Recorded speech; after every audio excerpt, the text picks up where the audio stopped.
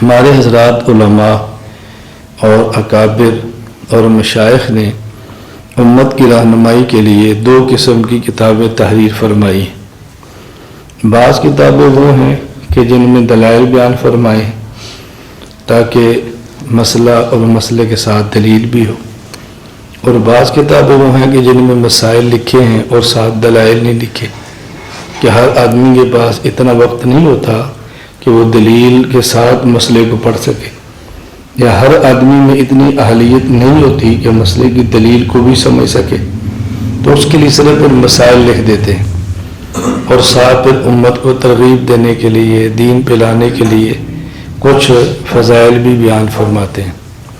تو ہمارے ہاں سب سے زیادہ اس وقت وہ کتابیں جو چل رہی ہیں اور تقریباً اکثر گھروں میں، ان میں ایک تو کتاب ہے مسائل معلوم کرنے کے لیے بہشتی زیور، جو حکیم الامت مجدد الملت مولانا اشرف علی تھانوی رحمۃ اللہ علیہ نے تحریر فرمائی ہے، اور ایک اس سے مختصر کتاب ہے تعلیم الاسلام، جو حضرت مولانا مفتی کفایت اللہ دہلوی رحمۃ اللہ علیہ نے تحریر فرمائی ہے.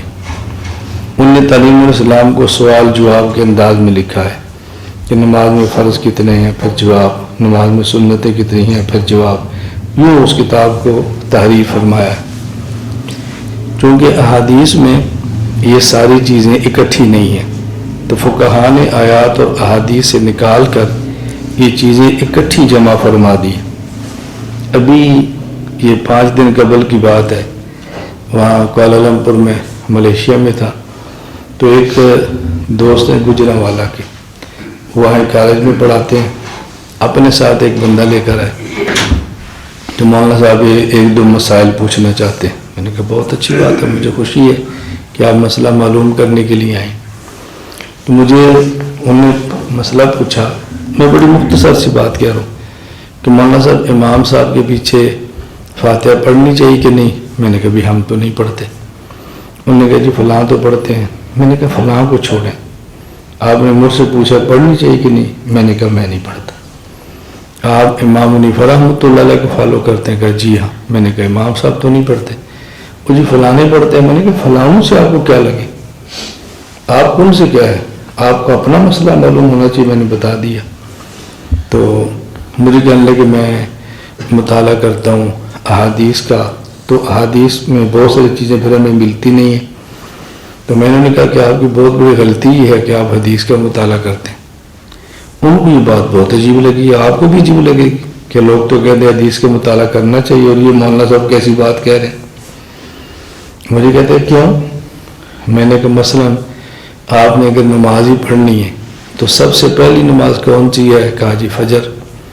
میں نے کہا پہلے 2 سنتیں پھر 2 فرض؟ کہتے جی ہاں. تو میں نے کہا احادیث کی ساری کتابیں جمع کر لیں، ساری جتنی دنیا میں لاکھوں کتابیں، تو کسی ایک کتاب میں بھی آپ کو یہ نہیں ملے گا کہ نماز شروع ایسے کرنی ہے ختم ایسے کرنی. 1 رکعت کا طریقہ دنیا میں کسی حدیث کی کتاب میں نہیں. 1 رکعت کا طریقہ. کہتے پھر کہاں سے معلوم ہوگی؟ صحابہ کیسے پڑھتے تھے؟ میں نے کہا صحابہ تو اللہ کے نبی کو دیکھتے تھے، دیکھ کے پڑھ لیتے تھے، ان کو تو کتاب کی ضرورت ہی نہیں تھی. مسئلہ تو بعد بیان ہوگا. تو کسی صحابی نے حضور کا رکوع بیان کیا، کسی نے سجدہ بیان کیا، کسی نے قیام بیان کیا، کسی نے قومہ بیان کیا، کسی نے سلام بیان کیا. ایسا نہیں کہ شروع سے پوری نماز ایک کتاب میں بیان کی ہو. پھر میں نے کہا جو یہ ضرورت محسوس ہو رہی تھی تو اس ضرورت کو امام اعظم خلیفہ نے پورا فرما دیا کہ انہوں نے کہا بھی دلائل سے نماز اکٹھی لکھوا دو. تو اگر آپ نماز پڑھنا چاہیں کہ میں نے کیسے پڑھنی ہے تو آپ فقہ کی کتاب لے لیں، اس میں شروع سے لے کر آخر تک کا پورا نماز کا طریقہ موجود ہوگا. تو اس کے لیے تو فقہ ہوتی ہے، اور آپ مطالعہ حدیث کا کر رہے ہیں. تو خیر تھوڑی دیر لگی تو انہوں نے کہا جی مجھے بات سمجھ آ گئی. تو میں نے کہا آپ کو مسئلہ پوچھنا چاہیں تو پوچھ لیں. خیر وہ لمبی ان سے بات تھی، میں نے سمجھائی. پھر میں نے 2 کتابیں بھی دی اور سب کا نمبر دیا، بہت خوش ہوئے. میں یہ واقعہ کیوں سنا رہا ہوں؟ اصل میں ہمیں یہ سمجھنا چاہیے کہ ہمارا مسئلہ کس کتاب سے حل ہوتا ہے. حضرت مولانا شیخ علی تھانوی رحمۃ اللہ علیہ نے اپنے جو بڑے بڑے اہل علم حضرات ہیں ان کو بٹھا کر ایک مشورہ کیا کہ ہم قرآن کریم کی ایسی تفسیر لکھ دیں کہ جس میں مسئلہ ہو اور نیچے آیت ہو، مسئلہ ہو آیت ہو، ایک ایسی تفسیر لکھیں۔ تو احکام القرآن للتھانوی یہ تفسیر لکھی گئی۔ پھر فرمایا کہ ہم ایک ایسی حدیث کی کتاب لکھ دیں کہ جس میں مسئلہ بھی ہو ساتھ حدیث بھی ہو۔ تو 21 جلدوں میں الاؤ سمن لکھی گئی۔ اب یہ تو ہے عربی میں۔ مجھے آپ کہ جی مولانا صاحب ہمیں مسائل پر کتاب چاہیے جس میں دلائل ہو، میں آپ کو احکام القرآن دے دوں۔ آپ نے کہا جی ہمیں تو نہیں آتی عربی، کیا کریں؟ آپ نے کہا مولانا صاحب کو ایسی کتاب بتائیں جس میں مسائل ہو ساتھ دلائل ہو، میں آپ کو الاؤ سمن دیتا ہوں۔ اتنی بڑی کتاب ہے 21 جلدوں میں۔ تو آپ کہہ رہے ہیں مولانا صاحب ہمارے تو کام کی نہیں ہے، کیا کریں؟ ہمیں کوئی مسائل کی کتاب دے دیں۔ میں کہتا ہوں اچھا بیشتی زیور رکھیں، اس میں آپ کے سارے مسئلے موجود ہیں۔ تو جب میں نے بیشتی زیور دی اس میں حدیثیں تو ہے نہیں۔ اب آپ کو مولانا صاحب اس میں تو دلیل ہی نہیں ہے۔ تو میں نے کہا میں نے دلیل والی دی تو آپ کہتے مجھے آتی نہیں ہے، اس میں دلیل نہیں میں نے دی تو آپ کہتے اس میں دلیل نہیں ہے، اب میں آپ کے ساتھ کیا کروں؟ یا تو آپ نے 12 سال پڑھا ہو تو پھر دلیل والی کتاب لے لیں، اور جب 12 سال نہیں پڑھا تو پھر بغیر دلائل کی کتاب لے لیں۔ اس میں حرج کی بات کیا ہے؟ میں عالم ہوں لیکن ڈاکٹر تو نہیں ہوں۔